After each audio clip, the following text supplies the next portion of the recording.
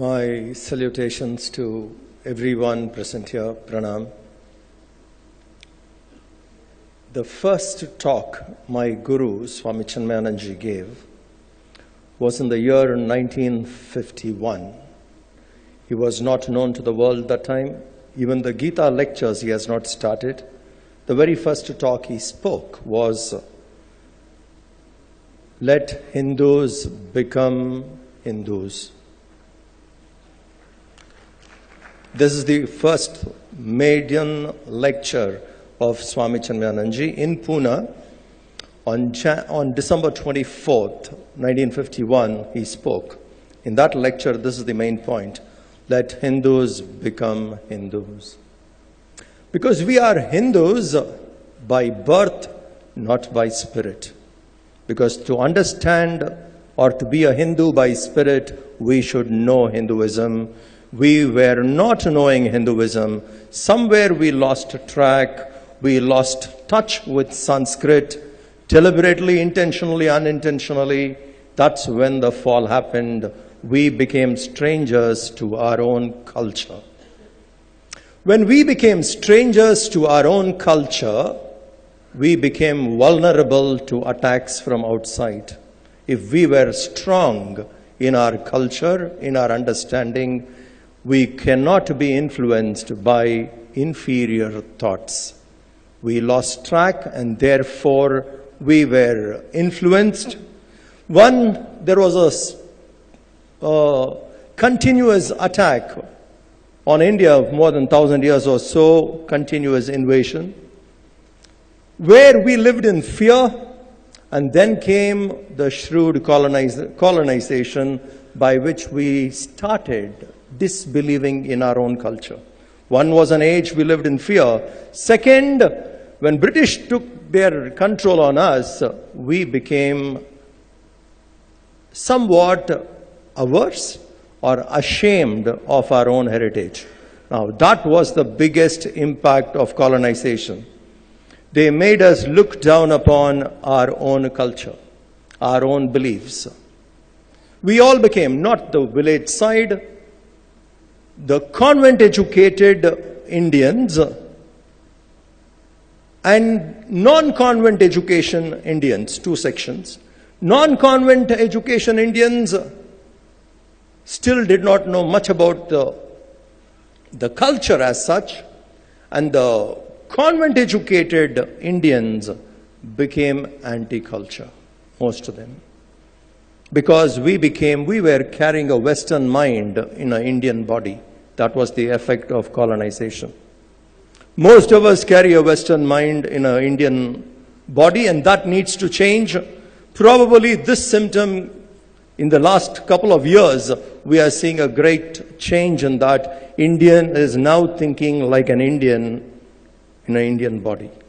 This is a great progress made. To make it more simple, the things which we were laughing about is something which we should take up and interpret it correctly. For example, to this august audience, let me ask you a question. If I have to talk to you about Narad Rishi, when I say Dev Rishi Narad, what comes to your mind? Be honest. Huh?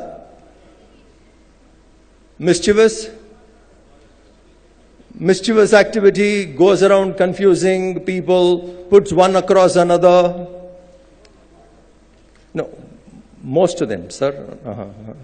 I asked you, that's the answer they gave, right? Here right now, I just got, this is how Indians look at Narad, which is a different from what Narad is.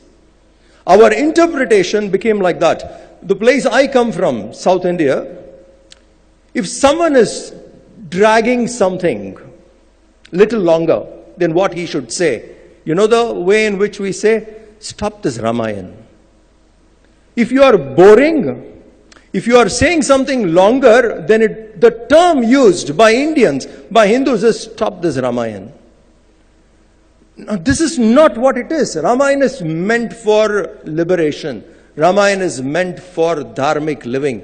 But the way in which casually we have brought down the sacredness of this to a ridicule is the colonized effect. Narad is also like that. Narad, we call him Devarishi, but how do we see Narad? A mischief monger going around. And dynamism of Narad is lost to very Indians. Let me tell you a little bit about Narad, so that this example can give us how we can decolonize and go back to the roots and interpret them correctly. For example, who is the biggest Don today in the world? Somebody from Dubai, hiding in Pakistan? Okay, example. Is it possible to talk to him one-on-one and transform him?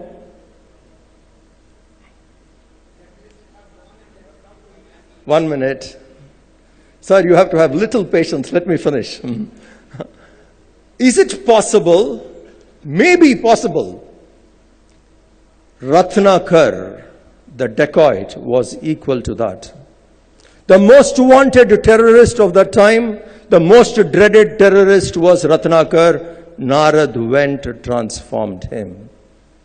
He changed that negative force to a positive force, and Valmiki gave us the best book, Ramayana. Now think of Narad. What must be his dynamism to go and meet the most dreaded terrorist or wanted criminal, transform him, make him change, and that person becomes your supporter. This ability is not easy. This is absolute intellectually dynamic person, Narad. Do we see Narad that way? Isn't it? Think. The real glory of him is not seen. This is not all. If we can go on Narad, I'll give you another example. Hiranyakashipu, who was there that time. And he was claiming he is the mighty man and everybody has to worship him. You take my name, forget the Lord, everything. Absolute materialistic mind. Narad Rishi decides to take on him. Narad decides, when Hiranyakashipu was on his family way, his wife Kayadu was on the family way, Narad goes, meets her. Do you understand what this is? Talks to her when Prahalad was in the womb. Thoughts of Narayana went into Prahalad when he was in the womb. You take an enemy, even before a danger could manifest, he went and prevented. And Prahalad comes out and takes on Hiranyakashipu. In today's term you will understand, this is called the first surgical strike. You understand? To whom did he attack? He went to the enemy, took on the enemy, implanted what he has to plant, and the child comes out turning against, supporting your cause. Narad inspired Vyasa. What a scholar Vyasa is. We say Vyasa is Vishala Buddhe.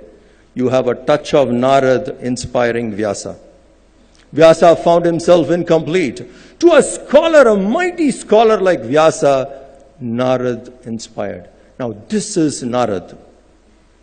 But do we Indians see Narad that way? This is what I meant. Our own heritage, our own beauty, things which are so universal, we Indians don't even know, and we have not even appreciated it. Narad is just an example. We can go on anything. Today, Desi cow, the Indian cow, A2 milk. Today we are waking up. 60 years we went with it. Please think.